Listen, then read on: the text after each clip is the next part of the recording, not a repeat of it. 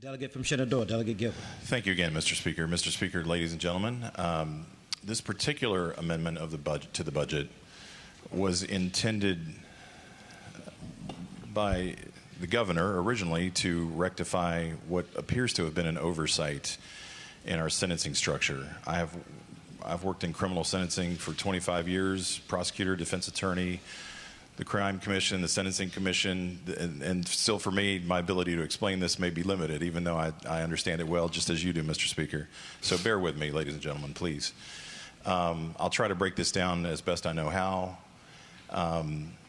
Mr. Speaker, when you passed your bill adding enhanced earned sentence credits to our code, well, I know, but it was your authorship. But what I was going to give you credit for, Mr. Speaker, especially was working with our side to try to limit who this applied to, because I think at the end of the day there was a recognition that some of the potentially worst offenders, and there is this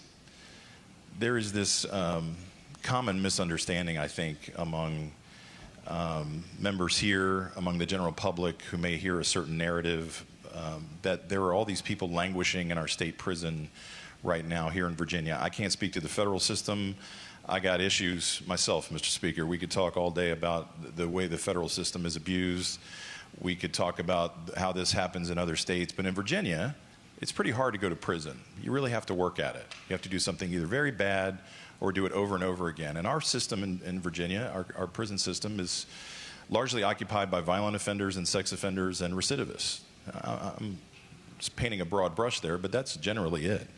So, Mr. Speaker, when the original recognition occurred that we were not going to apply these enhanced earned sentence credits to violent offenders, one of the things that I believe was missed is that the add-on charges. So we talk a lot about gun violence in here. When you rob somebody with a gun and point a gun in their face and traumatize them for the rest of their life, that they thought that they were going to meet their end that day looking down the barrel of a gun, and they wake up with nightmares, sweating, repeating this trauma that they're going to have for the rest of their life. When that occurs as a criminal act, currently the person who did the robbery is not entitled to that enhanced earned sentence credit, meaning that they can have their sentence reduced further than the traditional, what we call 85% good time. Again, I'm getting down in the weeds. But there's extra time off of your sentence for certain things, but not for these violent offenses. But for the use of that gun, when you pointed that gun in their face, that's an add-on charge. That's an extra 3-year mandatory minimum or whatever it is.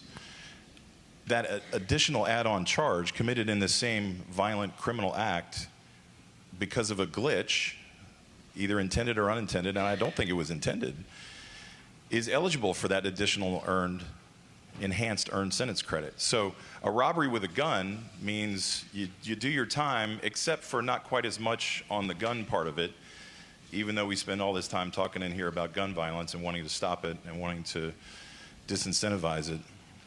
So the intention of the original amendment, Mr. Speaker, was to fix that and make sure that these violent offenders, I think 99.6% of the people this would apply to or something is violent offenders, effectively 100%, that they don't get the benefit of that additional time off for the thing that's attached to their violent offense that was also committed in almost every respect, every instance, at the same time as that violent offense.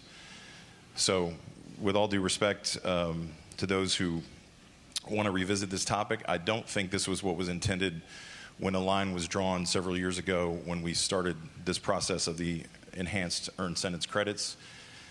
This amendment would fix that, and the removal of that amendment would deprive us of the ability to do so. So for that reason, I would respectfully ask the body to vote no on removing that fix. Thank you, Mr. Speaker.